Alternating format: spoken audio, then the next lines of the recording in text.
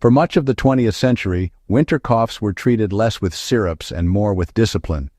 Grandparents did not rely on humidifiers, antibiotics, or sealed houses. They relied on a simple, deliberate habit that was followed almost without exception in cold months. One window opened briefly, at the right time, under controlled conditions. This was not superstition. It was a practiced household rule shaped by coal smoke, damp walls, tuberculosis wards, influenza winters, and hard-earned experience. What modern homes lost in convenience, they often lost in balance. This rule mattered because winter coughs were not seen as random illnesses. They were understood as a consequence of stale air, trapped moisture, and indoor contamination. The window was not about comfort. It was about control. The rule was opening one window daily for a short, controlled air exchange. The rule was simple and specific. One window only, never multiple.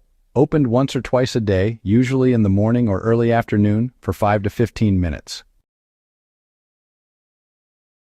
Doors were shut. Fires or stoves were allowed to keep burning. The goal was not to cool the house, but to flush it. Homes heated by coal, wood, or peat accumulated smoke residue, sulfur compounds, and fine particulates even when fires burned clean. Add human breath, damp clothing, and cooking vapors, and the indoor air became heavy quickly. That heaviness irritated lungs long before anyone felt cold. The window release was a reset. To apply this today, choose one window on the leeward side of the house, away from strong drafts. Open it fully for 10 minutes while keeping interior doors closed. Do not create a cross breeze. After the time passes, close it completely and return the room to normal use. This single exchange, reduces irritants without chilling walls or bedding. The timing of the window, honestly, mattered more than the temperature outside. Grandparents did not open windows at night in winter. That was considered, reckless. The window rule was followed during daylight hours when indoor air had warmed and moisture levels were highest. Morning airing cleared out overnight breath condensation. Afternoon airing cleared cooking vapors and stove byproducts. Cold air holds less moisture than warm air. When cold outdoor air briefly replaces damp indoor air, humidity drops quickly once the room reheats. This really mattered because winter coughs thrive in moist interiors. Mold spores, dust mites, and bacterial persistence all increase when humidity stays high. So in modern homes, this means you really want to avoid the mistake of cracking your windows all day long. Continuous ventilation actually chills surfaces and, it keeps humidity trapped inside your walls. A short, deliberate opening during the warmest part of the day works a whole lot better, and, it actually mirrors historical practice. Now, the window rule didn't apply equally to bedrooms. Bedrooms were considered protected spaces. Air was refreshed earlier in the day and never, ever during sleep. Bedding was aired separately, often near the fire or during daylight hours, then brought back dry and warm. Coughs that worsened at night were blamed on cold lung exposure and damp blankets, not lack of fresh air. That belief came from observation. Today, the practical application is to air bedrooms when unoccupied, not while sleeping. Open the bedroom window late morning for 10 minutes, then close it fully. Shake blankets and let mattresses release moisture before remaking the bed. This prevents the nighttime irritation that many modern cough sufferers experience. The rule worked because it limited mold and soot accumulation. Before central heating, walls breathed. Plaster, brick, and lime mortar absorbed and released moisture daily. When houses stayed sealed, dampness crept into corners and behind furniture. Mold followed.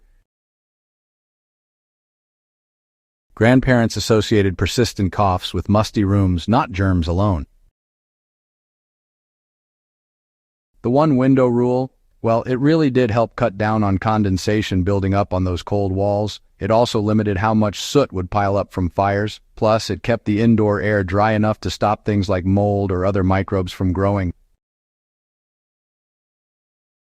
For preppers and survivalists who are restoring older structures or relying on off-grid heating, this rule is honestly just as useful today.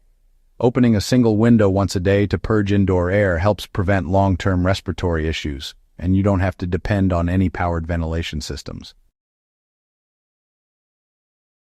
Back during influenza outbreaks and tuberculosis scares, most folks actually stuck to the rule even more rather than giving it up. They believed that letting in fresh air would help weaken any illness inside the home. This belief lined up with later medical findings, showing that ventilation really does cut down on pathogen concentration. Hospitals back then followed these same ideas, airing out the wards even when it was cold out. The big difference at home, though, was moderation. Usually it meant just one window, one room, and one quick air exchange. When we talk about modern preparedness, this all just goes to show how important controlled ventilation is during illness outbreaks. Instead of staying sealed up inside all the time, opening up for a short daily air exchange can lower the indoor viral load without keeping folks in the cold for too long. The mistake modern homes make is confusing constant ventilation with healthy air. Many modern houses rely on cracked windows, continuous fans, or poorly balanced HVAC systems. These approaches often increase drafts, chill surfaces, and keep humidity trapped where it does the most harm. The result is dry throats, irritated lungs, and lingering coughs blamed on winter itself. The older rule avoided this by being intentional. Air moved fast, then stopped, warmth returned, moisture dropped, irritants left. So to replicate this today, you really want to avoid leaving windows slightly open for hours on end. Instead, try to go for short, decisive ventilation periods. And if you can, monitor indoor humidity and aim for a good balance, rather than just going for maximum airflow. This rule remains relevant for off-grid and emergency living. In power outages, cabins, shelters, or long-term grid-down scenarios, respiratory illness becomes a serious threat. Smoke from alternative heating, damp clothing, and close quarters, well, they all recreate the conditions of early 20th century homes. The one-window rule requires no electricity, no equipment, and no modern infrastructure. It's a low-tech habit that protects lungs when medical care is limited. Apply consistently, teach it to others, and treat indoor air as a managed resource rather than an afterthought. This is the kind of knowledge that survived because it worked. If you value practical history, field-tested habits, and preparedness rooted in real experience, stay with Warfield Prepper Chronicles. Subscribe, share this with others who take winter living seriously, and, keep these lessons alive where they still matter.